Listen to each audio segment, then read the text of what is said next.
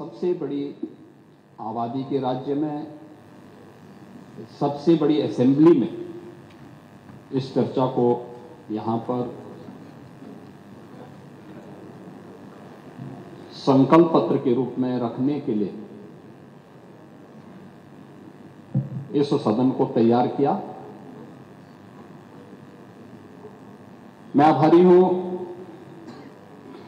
उन सभी माननीय सदस्यों का, सत्ता पक्ष के भी और विरोधी पक्ष के भी, जिन्होंने इस पूरी चर्चा में भाग लिया। लगभग 187 माननीय सदस्यों ने, नेता विरोधी दल समेत सभी माननीय सदस्यों का मैं हृदय से धन्यवाद करता हूं कि उन्होंने बहुत रुचिपूर्ण तरीके से इस पूरी चर्चा की गंभीरता के साथ साथ इसे रोचक भी बनाया और सचमुच लोकतंत्र का मंच इसी गरिमापूर्ण तरीके से लोकतंत्र को इसी प्रकार से पुष्ट करता हुआ आगे बढ़ेगा जो पिछले 24 घंटे के अंदर हम लोग यहां पर सदन में और पूरा प्रदेश और पूरा देश यहां पर उठे हुए मुद्दों की ओर बड़ी ध्यान से देख रहा है और सुन रहा है।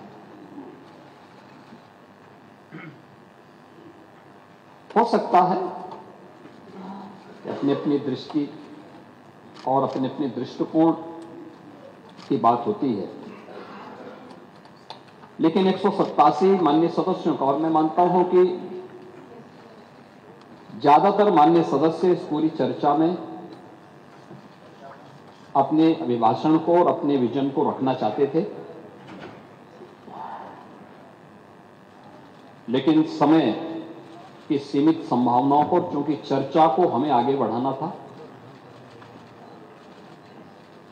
अभी हमें इससे संबंधित जो व्यापक रणनीति आगे बनानी है और समाज से जुड़े हुए सभी स्टेक होल्डर्स के पास हम जाएंगे, उन सब से चर्चा पर चर्चा करने के बाद एक विस्तृत चर्चा के लिए और अलग अलग सेक्टर वाइज जिन मुद्दों पर आज हम चर्चा करने जा रहे हैं, इसको लेकर के फिर हम लोग फिर सदन में आना चाहेंगे कि वास्तव में ये कल्पना से परे है कि सदस्य रुचि लें और इस महत्वपूर्ण चर्चा में भाग लें, लेकिन ये उन लोगों की आंखों को खोलने वाला है जो विधायिका पर और सदस्यों के आचरण पर उंगली उठाते हैं कि नहीं, प्रदेश के लिए या देश के लिए जब भी आवश्यकता पड़ेगी हम सभी अपना योगदान देंगे।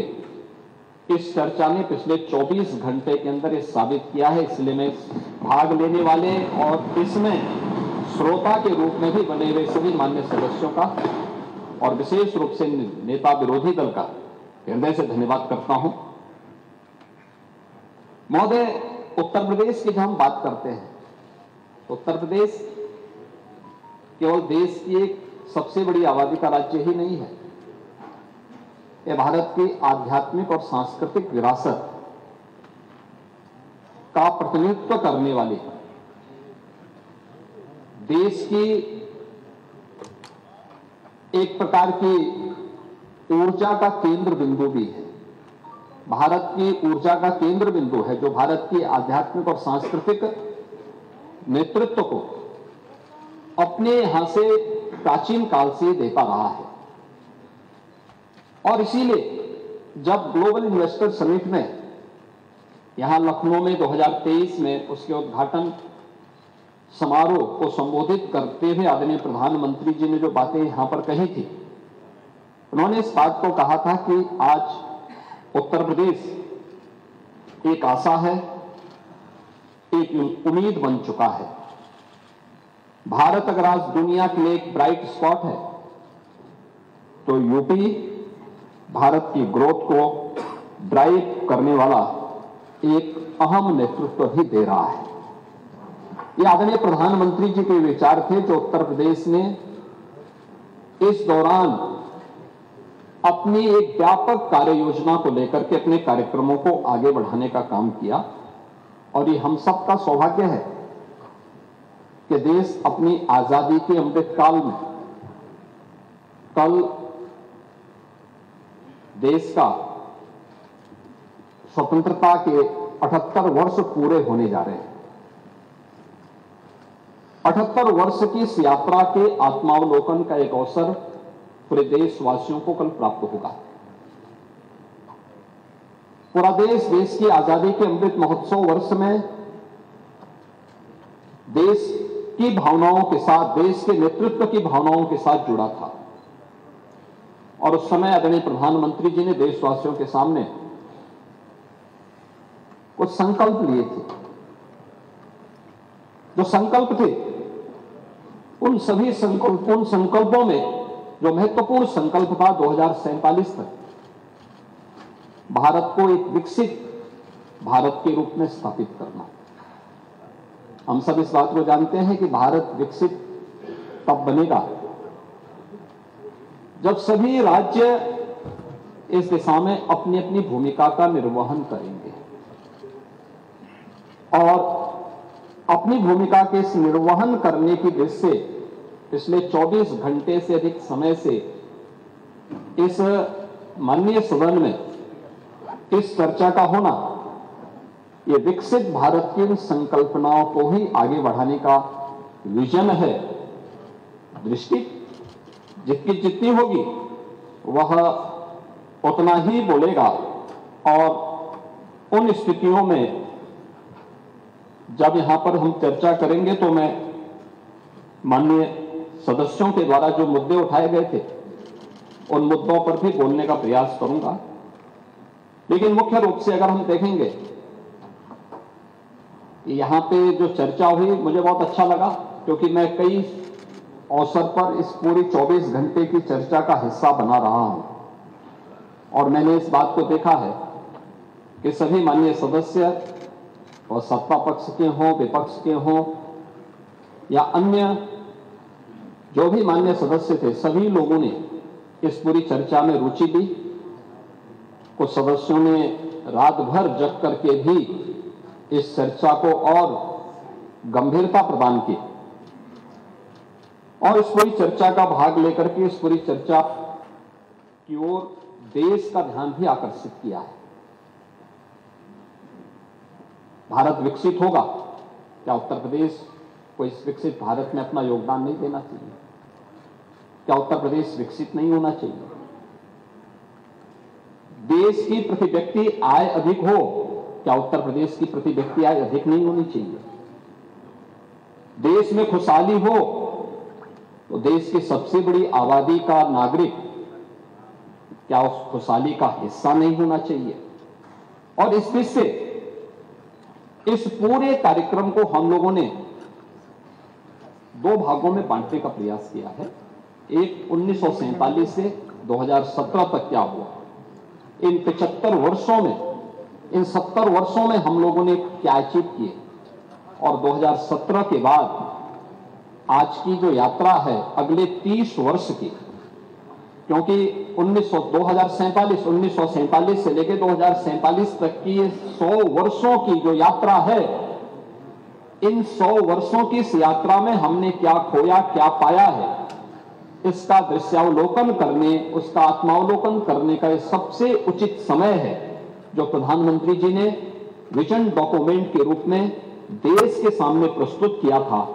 और उसी विजन डॉक्यूमेंट से अनुप्रेरित होकर के उत्तर प्रदेश आज इस विजन डॉक्यूमेंट की प्रारंभिक चर्चाओं को अपने यहां आगे बढ़ाने का काम कर रहा है।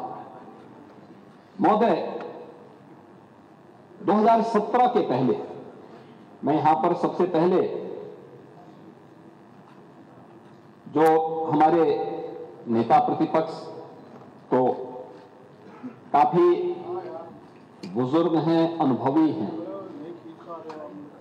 वे बोलने का प्रयास करते हैं। जब अपने स्वयं के विवेक से बोलते हैं तो सही बात बोलते हैं, लेकिन जब दूसरों के द्वारा संचालित होने लगते हैं तो फिर थोड़ा कभी कभी उनको मुर्गा भी याद आने लगता है। चलो हो गया। लेकिन अन्य एक मिनट, और जो भी खाते होंगे, लेकिन आपको अच्छा लगता है, मुझे बहुत अच्छा लगा कि आप कम से कम इसको स्वीकार करते हैं। नहीं, खाने पीने पे प्रतिबंध नहीं है, कोई दिक्कत नहीं। आपके विरोधी दल से जुड़े हुए कुछ माननीय सदस्यों के द्वारा भी यहां पे बहुत अच्छी बातें कही जा रही थी और कुछ कही जा रही थी, और मुझे उसी पे एक बात याद आई कि बड़ा हसीन है इनकी जवान का जादू, लगा के आग बहारों की बात करते हैं। जिन्होंने रात में चुन चुन करके बस्तियां लूटी, वही नसीबों के मारों की बात करते हैं। मैं बात सुन रहा था, आपके सभी मान्य सदस्यों की बात कर रहा था मैं, और मुझे लगा कि खन्ना जी संभवतः ना बोलें क्योंकि वे भी रात भर जगे हैं, तो मैं ही इसका जवाब आपको दे दूं। इन परिणाम क्यों नहीं देंगे खन्ना जी? आप खन्ना जी से इतना अविश्वास मत करिए। आपकी नाराजगी खन्ना जी के लिए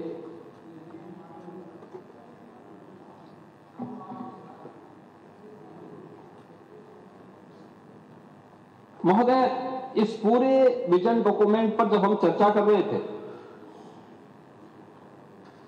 तो मुझे दो तीन चीजें देखने को मिली। मैं अभी स्वागत करूंगा आप सबके प्रस्तावों का, और होना भी चाहिए। हर विधानसभा क्षेत्र में विकास होना चाहिए, हर जगह योजनाओं का लाभ मिलना चाहिए, बिना भेदभाव के गरीब कल्याणकारी योजनाओं का लाभ मिले, क्योंकि समावेशी और समग्र विकास की अवधारणा ही विकसित उत्तर प्रदेश और विकसित भारत की संकल्पना को साकार कर सकता है। लेकिन मैं उस विजन को देख रहा था जो विकास की कम, सत्ता की ज्यादा बात कर रहा है।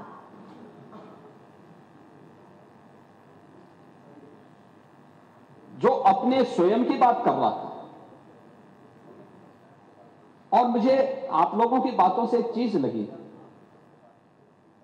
जो लगी, जिसके बारे में चारवाक ने भी एक बात कही, यानी जो अपने तक केवल सीमित करता है, जिसके बारे में उन्होंने कहा था कि यावत जीवेत सुखम जीवेत ऋणम कृत्वा घृतम पिबेत भस्मीभूतस्य देहस्य पुनरागमन कुतः। और ये स्थिति आप लोगों की है, यानी केवल अपने तक सीमित करना। आपका परिवार डेवलपमेंट अथॉरिटी भी उसी का नमूना है। यही है, ये परिवार डेवलपमेंट अथॉरिटी की ये भावना ही इस पर आधारित है, जिसके बारे में स्वामी विवेकानंद ने कहा था कूप मंडूक होना। उन्होंने अपनी कथाओं में, अपने प्रवचन में एक बात को कहते थे कि एक कुएं में एक मेढक था।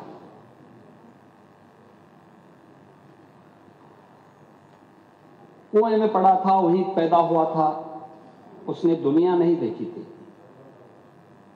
तो एक दिन बाहर का एक मेढक दुर्भाग्य से वहां आ गया। तो उसने पूछा, कहां से आए हो? उसने कहा, मैं समुद्र से आया हूं। कहा, समुद्र कैसा है? उसने कहा, बहुत बड़ा है। कहा, कितना बड़ा? तो उसने छलांग लगाई, तो कुएं की तो छलांग सीमित ही होगी। उसने कहा, क्या इससे बड़ा? उसने कहा, इससे भी बड़ा। उसने एक और छलांग लगाई, कहा, इससे भी बड़ा? कहा, इससे भी बड़ा। कहा, तुम झूठ बोलते हो।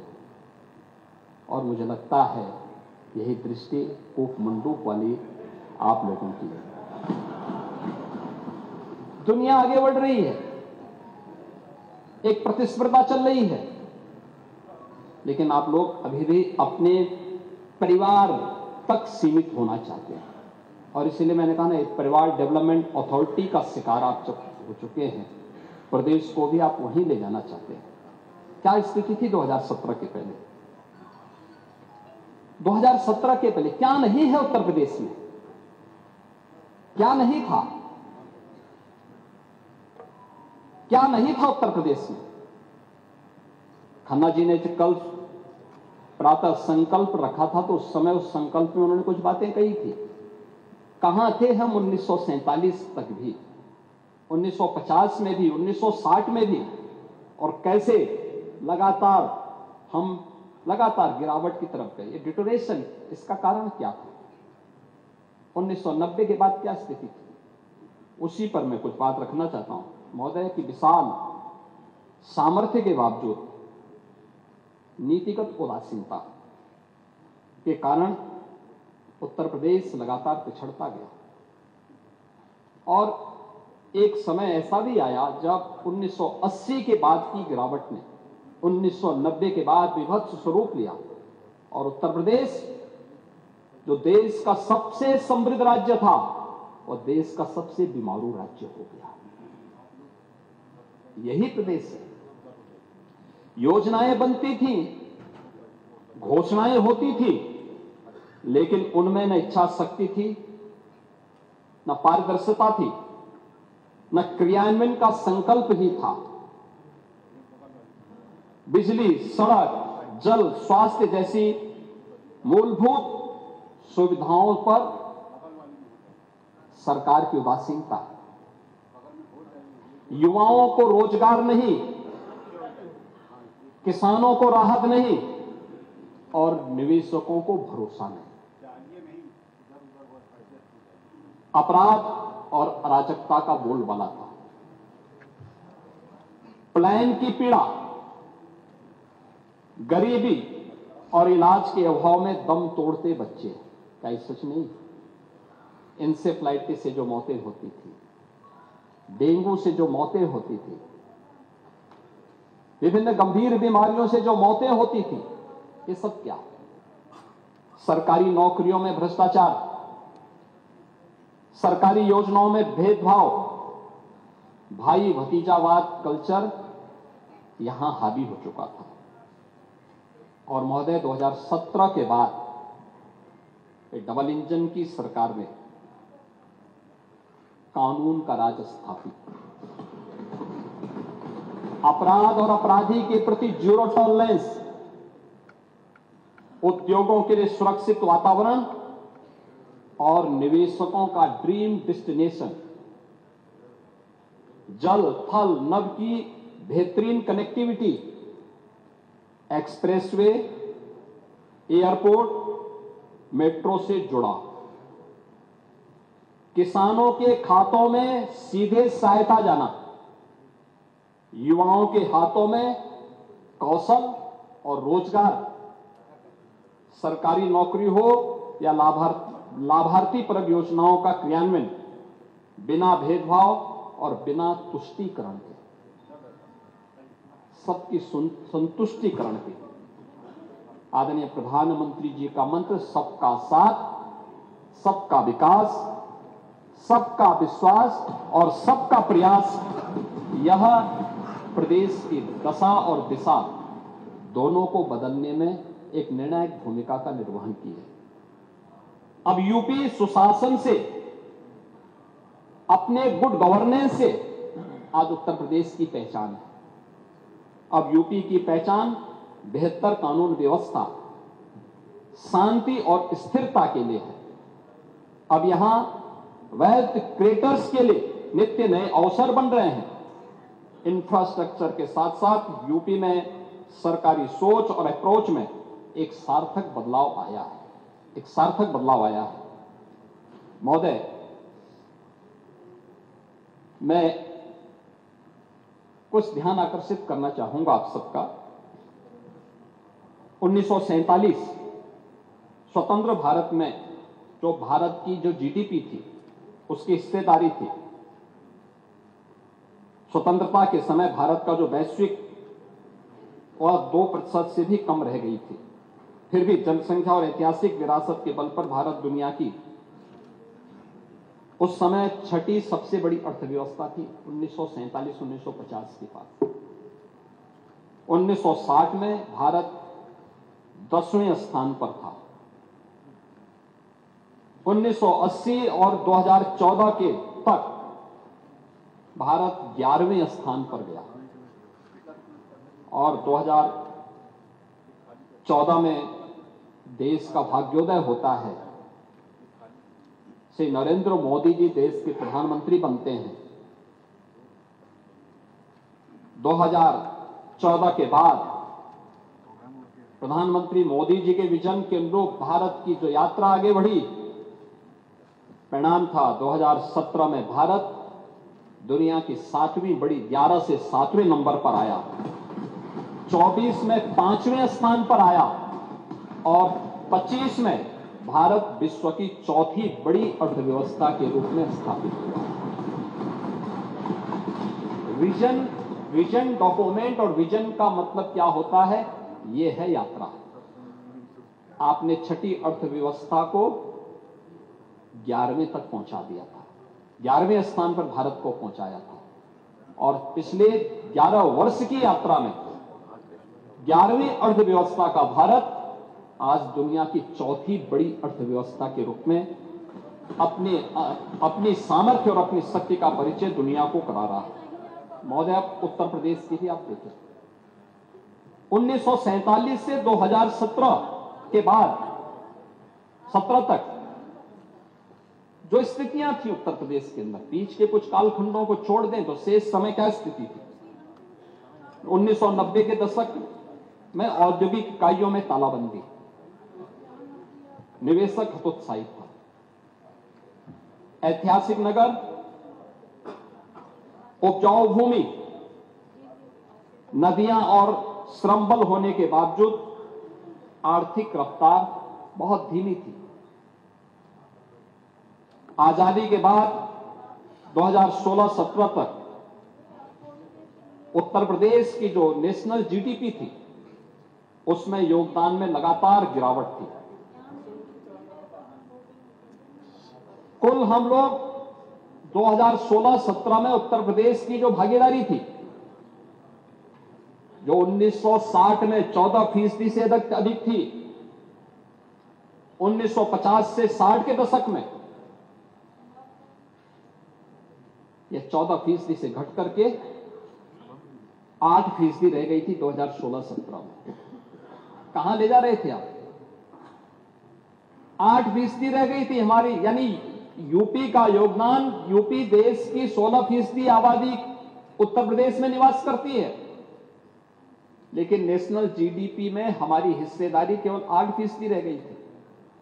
और महोदय, मुझे आज ये स्थिति थी, आजादी के समय प्रति व्यक्ति आय जो राष्ट्रीय औसत के बराबर थी, जो प्रति व्यक्ति आय राष्ट्रीय औसत के बराबर थी, 17 में यह नेशनल एवरेज का 1/3 रह गई थी, 1/3 रह गई थी। निर्यात सब कुछ होने के बाद भी केवल 84,000 करोड़ का निवेश, केवल निर्यात हम यूपी से कर पाते थे। प्रदेश का बजट केंद्रीय करों पर निर्भर हो गया था, 56% केंद्रीय करों पर निर्भरता थी और नीति आयोग के फिस्कल हेल्थ इंडेक्स में उत्तर प्रदेश की गिनती पिछड़े राज्यों में हो गई थी। 17 से 25 के बीच इन 8 वर्षों में उत्तर प्रदेश में आज जो हमारी जीएसडीपी है, या जीएसडीपी, और इसीलिए जो हमारा एक्सपोर्ट था 84,000 करोड़ से बढ़ करके 1,86,000 करोड़ पार कर रहा है और बजट 3-3.25 लाख करोड़ से बढ़ करके 8,08,000 करोड़ इस वर्ष हम लोगों ने प्रस्तुत किया है। केंद्रीय करों पर निर्भरता 56% से घट करके 46% रह गई है। राज्य की हिस्सेदारी भी हर एक क्षेत्र में आगे बढ़ी है। स्टेट एक्साइज 52 यानी 12,000 से बढ़कर के यह 60,000 तक पहुंचने जा रही है और नीति आयोग के फिस्कल हेल्थ इंडेक्स में 8.9 अंकों का सुधार हुआ है। प्रदेश फ्रंट रनर स्टेट का दर्जा प्रदेश को हासिल हुआ है और पिछले 5 वर्षों में यूपी अब बीमारू नहीं, रेवेन्यू सरप्लस स्टेट के रूप में अपने आप को स्थापित कर रहा है। अब यूपी डिजिटल स्टेट के रूप में अपने आप को स्थापित कर रहा है। जो 2017-18 में 16-17 तक तो स्थिति बहुत खराब थी, लेकिन 16-17-18 में हमारा जो डिजिटल लेन देन केवल 122 करोड़ का था, आज बढ़कर के यह लगभग 1400 करोड़ तक पहुंच चुका है। महोदय, जो अलग अलग सेक्टर में काम हुए हैं, अलग अलग सेक्टर में जो काम किए हैं, कृषि और संबद्ध क्षेत्रों में यहां चर्चा कर रहे थे, कृषि की नेता विरोधी दल भी कर रहे थे, हमारे जनसत्ता पार्टी के नेता श्री रघुराज प्रताप सिंह जी भी कर रहे थे, अन्य मान्य सदस्यों ने भी इसकी बात कही थी। 1947 से 2017 तक हमारे किसानों ने कठिन परिस्थितियों में पसीना बहाकर के अन्न उगाया, परंतु उत्पादकता की जो रफ्तार थी वो सीमित रही, लागत ज्यादा पड़ती थी।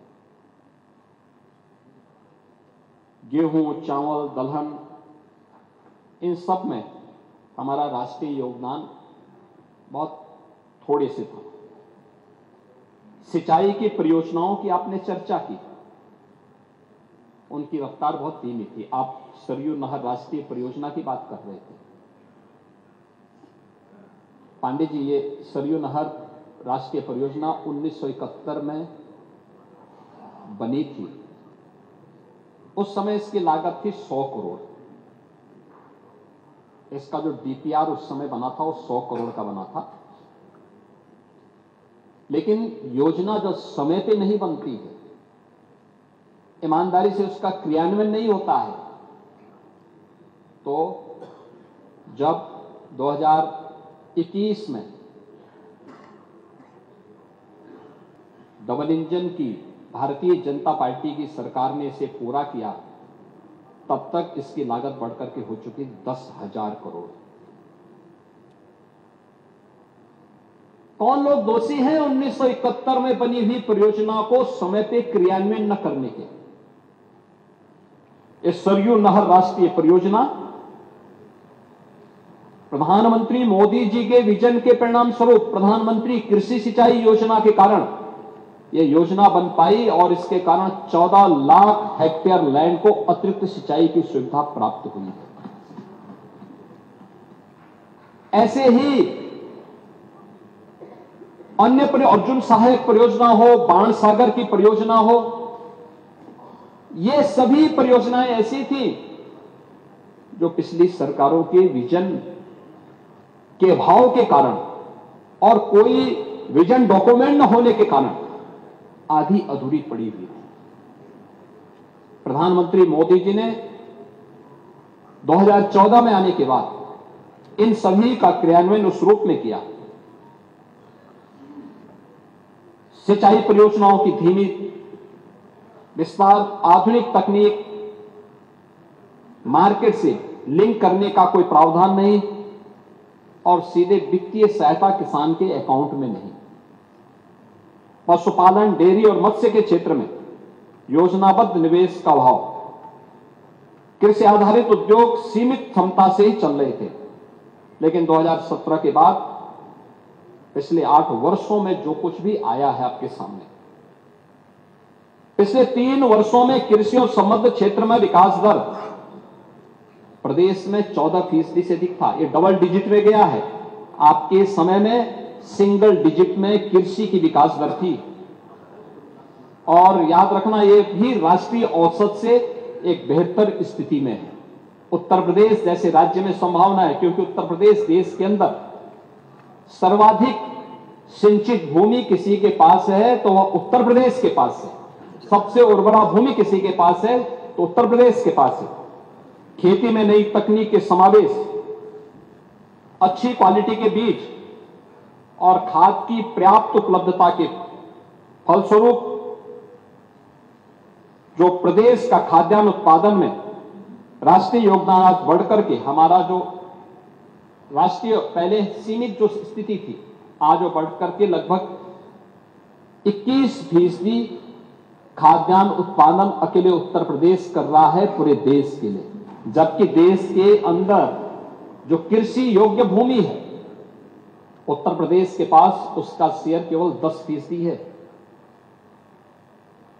जनसंख्या 16% है, लेकिन खाद्यान्न उत्पादन उत्तर प्रदेश से, क्योंकि प्रकृति और परमात्मा की जो असीम कृपा है उस असीम कृपा का परिणाम हमारे अन्नदाता किसानों के परिश्रम और पिछले 8 वर्ष के अंदर किए गए प्रयास का परिणाम है कि आज उत्तर प्रदेश का इसमें योगदान देश के अंदर 21% तक पहुंचा है। 2024-25 में गेहूं उत्पादन 414.39 लाख मीट्रिक टन, जो राष्ट्रीय योगदान यानी देश के अंदर कुल गेहूं उत्पादन में 35% से अधिक है, जो देश में नंबर 1 पर है। गेहूं उत्पादन में 30 कुंटल प्रति हेक्टेयर से बढ़ा करके आज ये 40 कुंटल को पार कर चुका है। कुछ प्रगतिशील किसानों ने 48 और 50 कुंटल पर हेक्टेयर भी पैदा किया है, लेकिन एवरेज 40 कुंटल प्रति हेक्टेयर आया है। चावल उत्पादन 219 लाख मीट्रिक टन, राष्ट्रीय जो देश के अंदर यूपी का योगदान है वह लगभग 14.7%, ये देश में अग्रणी है। गेहूं और चावल का राष्ट्रीय योगदान जो क्रमशः प्रदेश में हमारा जो था वो 30% से बढ़कर के 35% गेहूं में और चावल में 12% से बढ़कर के लगभग 14.7% तक उत्तर प्रदेश का योगदान बढ़ा है। उत्तर प्रदेश में 2016-17 से 2024-25 के बीच प्रमुख फसलों में जी औसत उत्पादन का जो वृद्धि दर है वो 42.8% है, जबकि इससे पहले 16-17 के पहले यह जो योगदान था ये मात्र 8.7% ही था। अब दलहन और तिलहन को आप देखें, दलहन और तिलहन में भी उत्तर प्रदेश ने तेजी के साथ अपने अन्नदाता किसानों के जीवन में परिवर्तन लाने का काम किया। तिलहन उत्पादन 29.2 लाख मीट्रिक टन, आज यह लगभग 7% तक यूपी पहुंचा है राष्ट्रीय योगदान में, लेकिन 16-17 तक यह था मात्र 3.3% का योगदान। तिलहन उत्पादन में 8 वर्षों में 46.6% की वृद्धि हुई है। दलहन उत्पादन में उत्तर प्रदेश ने 35.6 लाख मीट्रिक टन राष्ट्रीय योगदान जो इसमें का उत्पादन किया, जिसमें राष्ट्रीय योगदान 14.1%। 2016-17 की तुलना में अगर आप देखें तो 2016-17 तक ये केवल 9.1% था, तो 9.1% से बढ़कर के हम आज 14.1% तक पहुंचे हैं। और दलहन उत्पादन में भी उत्तर प्रदेश ने 8 वर्षों में 46% की वृद्धि की है। गन्ना और चीनी उद्योग के बारे में, गन्ना उत्पादन आज 2453.5 लाख मीट्रिक टन, यानी अगर राष्ट्रीय योगदान में हम देखेंगे तो देश के अंदर कुल गन्ना उत्पादन का 55% उत्तर प्रदेश उत्पादन कर रहा है। देश में नंबर 1 पर आज के दिन पर उत्तर प्रदेश है। हमारे सदस्य पंकज मलिक कह रहे थे कि 14 दिन में गन्ना मूल्य का भुगतान, 120 चीनी मिलें चल रही हैं, 120 में से 105 चीनी मिलें ऐसी हैं जो 14 नहीं अब 1 सप्ताह के अंदर गन्ना मूल्य का भुगतान कर रही हैं। 15 चीनी मिलें हैं जिनका भुगतान लेट है और सरकार ने उनके खिलाफ भी FIR लॉन्च करके उनको सुनिश्चित किया है कि जो गन्ना समय पे भुगतान नहीं करेगा उसके गन्ना क्षेत्र में उतनी ही कटौती करके भुगतान करने वालों को गन्ना हम उपलब्ध करवाएंगे। महोदय, अब तक 17 से अब तक उत्तर प्रदेश के गन्ना किसानों के पास 2,86,000 करोड़ रुपए का गन्ना मूल्य का भुगतान डीबीटी के माध्यम से किया गया है। अगर मैं इसको 2000 से 2017 के बीच की तुलना करूं, यानी 1996 से 2017 के बीच की बात तुलना करूं, तो उससे यह 72,000 करोड़ रुपए से अधिक भुगतान किया गया है गन्ना किसानों को। केवल 8 वर्ष में, 22 वर्ष में जितना गन्ना मूल्य का भुगतान आप किए हैं, उससे 72,000 करोड़ रुपए का अधिक गन्ना मूल्य केवल 8 वर्ष में उत्तर प्रदेश के अंदर हुई है। 3 नई चीनी मिलों की स्थापना हुई है, 6 पुनः संचालित हुई हैं, 38 की क्षमता विस्तार हुआ है और इसके माध्यम से 1,25,000 से अधिक युवाओं को रोजगार भी उपलब्ध हुआ है। इथेनॉल उत्पादन 2016-17 में केवल 42 करोड़ लीटर था, आज यह बढ़कर के 177 करोड़ लीटर हुआ है, जो देश में नंबर 1 पर है। औद्यानिक फसलें भी, जो किसानों की आमदनी को कई गुना बढ़ाता है। आलू उत्पादन में आज उत्तर प्रदेश 40.7% का शेयर उत्तर प्रदेश का है। केला उत्पादन में 18.8% का योगदान उत्तर प्रदेश का है। सब्जी उत्पादन में 19.3% का योगदान उत्तर प्रदेश का है और अन्य औद्यानिक फसलें में 16.3% का है। और कृषि विविधीकरण में भी विभिन्न फसलों के साथ सब्जी, फल और सब्जी की खेती करने में देश में भी आज उत्तर प्रदेश नंबर 1 पर है। और उत्तर प्रदेश राज्य औद्यानिक निर्यात प्रोत्साहन बोर्ड का गठन भी हमने यहां से खाद्यान्न को निर्यात करने के लिए प्रदेश देश के अंदर एक व्यवस्था बनाई है। अगर मैं इस बात की चर्चा करूं कि कैसे उत्तर प्रदेश के अंदर एमएसपी की आपने चर्चा की, नेता ने एमएसपी की चर्चा की थी।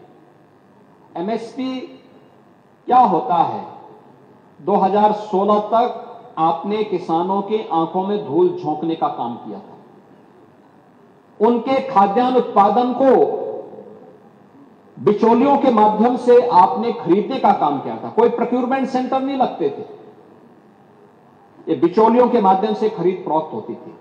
आज डीबीटी के माध्यम से किसानों पर सीधे किया जा रहा है और किसान के खाते में कितना पैसा गया है 2016-17-18 से 24-25 तक। अगर मैं बताऊं आपको, 70 लाख से अधिक किसानों को, जिनमें धान क्रय के लिए 457.09 लाख मीट्रिक टन का धान क्रय किया गया और इसके माध्यम से हमने अन्नदाता किसानों के खाते में 88,951 करोड़ रुपए का भुगतान डीबीटी के माध्यम से सीधे किसानों के खाते में किया है। गेहूं खरीद में 51 लाख से अधिक किसानों के खाते में 200, जिसमें उनसे खरीदा गया 204.26 लाख मीट्रिक टन गेहूं खरीदा गया और 35,933.46 करोड़ रुपए गन्ना ऐसे धनराशि डीबीटी के माध्यम से उनके खाते में दिया गया। मक्का खरीद में 2018-19 में से 2024-25 तक 31,133 किसानों से 1.38 लाख मीट्रिक टन मक्का खरीद की गई है और जिसके माध्यम से 262.56 करोड़ से अधिक का भुगतान उनके खातों में किया गया। बाजरा खरीद में 94,465 किसानों से 4.78 लाख मीट्रिक टन बाजरा की खरीद हुई और 458.47 करोड़ रुपए से अधिक का भुगतान उनके खाते में किया गया। ऐसे ज्वार खरीद, दलहन, तिलहन, इन सभी का भी हम लोगों ने किया और दुग्ध उत्पादन के साथ ही उनके नस्ल सुधार के लिए भी जो ठोस प्रयास किए गए हैं। प्रदेश के अंदर मत्स्य उत्पादन में आप डॉक्टर संजय निषाद से पता नहीं क्यों इतने चिढ़ रहे थे। नहीं, आप चिढ़ रहे थे, मैं जानता हूं कि डॉक्टर संजय निषाद से आपकी चिढ़ मैं समझ नहीं पाया क्यों इतने चिढ़ गए, बार बार मेरे क्षेत्र में आ जाते हैं। यानी आप अपने क्षेत्र में भी उनको नहीं घुसने देते। लेकिन मैं उनसे कहूंगा कि एक बार वो अपनी दावत में आपको जरूर आमंत्रित करें, क्योंकि देखिए उत्तर प्रदेश एक लैंडलॉक्ड स्टेट है और लैंडलॉक्ड स्टेट के कारण उत्तर प्रदेश में मत्स्य उत्पादन में देश में आज राष्ट्रीय पुरस्कार प्राप्त किया है। जो पैसा पहले यहां पर हम बाहर से मछली मंगा करके यहां के किसान या यहां का जो मत्स्य पालक उससे वंचित रहता था, आज वो पैसा यहां के मत्स्य पालकों को प्राप्त हो रहा है और उसका लाभ यहां के किसानों को यहां के मत्स्य पालकों को ही प्राप्त हो रहा है। और यह कार्य पिछले 8 वर्ष में इसको दोगुने से अधिक बढ़ाने में सफलता प्राप्त की है। पीएम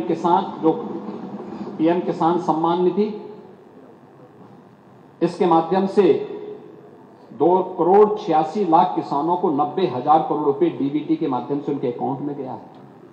पानी जी सीधे किसान के खाते में जा रहा है, लघु और सीमांत किसानों के। पीएम कुसुम योजना के अंतर्गत सोलर पैनल 1 लाख से अधिक सोलर पैनल किसानों को सीधे दिए गए हैं। 17 से अब तक 31 सिंचाई परियोजनाएं पूर्ण हुई हैं, जिनके माध्यम से 23 लाख हेक्टेयर लैंड को अतिरिक्त सिंचाई की सुविधा उपलब्ध हुई है। और लखनऊ में भारत रत्न पूर्व प्रधानमंत्री चौधरी चरण सिंह जी के नाम पर सीड पार्क उन्नत बीज किसान को मिल सके, इसके लिए बनाने की कार्रवाई प्रारंभ हुई है। और साथ साथ पहली बार हुआ है सिंचाई की क्षमता भी बढ़ाई गई है और 15 लाख से अधिक निजी नलकूप लगाने वाले अन्नदाता किसानों को फ्री में बिजली यानी फ्री में बिजली देने का काम भी सरकार ने किया है। पांडे जी, आप लोग तो अरे आ रहे आपके पास भी आ रहे हैं गौरव। आप लोगों का जो है, मैं देख रहा था कि आप लोग जब गौ माता के साथ भी धोखा दे सकते हैं तो किसको नहीं धोखा देंगे आप। और यही तो करते थे। जो गौ माता को धोखा दे देगा, गाय का दूध तो पीते थे, गाय को सड़कों पे छोड़ देते थे, कसाईयों के हवाले करा देते थे। यही होता था ना, बोचड़ खाने के हवाले करा देते थे। और ये डबल इंजन की भाजपा की एनडीए की सरकार है। 7,727 निराश्रित गौ आश्रय स्थल में आज 16,35,000 गोवंश रखा गया है। मुख्यमंत्री सहभागिता योजना के माध्यम से 2,46,426 गोवंश पशुपालकों को दिया गया है और प्रत्येक गोवंश का 1,500 रुपए हर महीने ये सरकार उन पशुपालकों को उपलब्ध करवा रही है, 50 रुपए प्रतिदिन के हिसाब से। और नंदनी कृषक समृद्धि योजना में डेयरी और दुग्ध उत्पादन हेतु 50% का योगदान भी दे रही है। आपने गाय का दूध पिया, लेकिन गाय के दूध को कहीं भी आपने उसके प्रति कृतज्ञता ज्ञापित कर सकेंगे? आपको तो गौ माता का ही श्राप ले डूबेगा।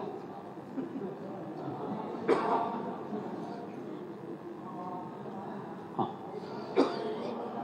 आज चिंता मत करिए पांडे जी, मैं शिक्षा में भी आ रहा हूं, चिंता मत करिए, मैं वो भी बात बता रहा हूं। नहीं, ये श्राप तो आपको लगता है और इसलिए 27 में आने का सपना मत देखिए।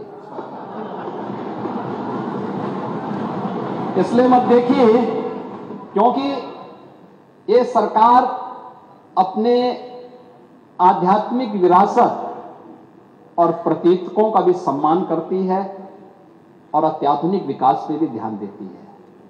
ये सपना आपका सपना ही रहेगा। मुझे, आपका नाम माता प्रसाद पांडे है, लेकिन मैं पंडित श्यामनारायण पांडे की एक पंक्तियों को मैं पढ़ूंगा आपके सामने। उन्होंने कहा था, यूपी की जो विरासत है ना, यूपी की विरासत पर हर व्यक्ति नहीं बैठ सकता है, हर व्यक्ति नहीं पा सकता है। और उन्होंने कहा था कि ये महाकाल का आसन है, इस पर न किसी का शासन है। नित सिसक रहा कमलासन है, यह सिंहासन सिंहासन है। यह सम्मानित अधिराजों से, अर्चित है राज समाजों से, इसके पदरज पोछे जाते भूपों के सिर के ताजों से। इसकी रक्षा के लिए हुई कुर्बानी पर कुर्बानी है, राणा तू इसकी रक्षा कर, यह सिंहासन स्वाभिमानी है। ये विरासत, ये वही विरासत है जो काशी में देखने को मिल रही है। आपको पीड़ा है, मैं जानता हूं। जो अयोध्या में देखने को मिल रही है, आपको पीड़ा है, मैं जानता हूं। जो मां विंध्यवासिनी धाम में देखने को मिल रही है, आपको इससे भी पीड़ा होगी। जो चित्रकूट में देखने को मिल रहा है, आपको इससे भी पीड़ा होगी। क्योंकि ये मथुरा वृंदावन की भी चर्चा नहीं करेंगे, क्योंकि ये तो पहले 16 में ही बोल चुके थे कि हम लोग दुर्योधन का स्मारक बनाएंगे।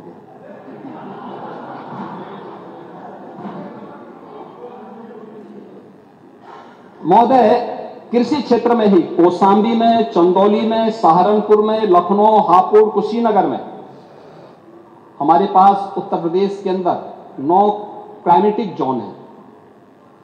इन सब में हमारे पास 89 यानी 89 कृषि विज्ञान केंद्र हैं। इन कृषि विज्ञान केंद्र में हर एक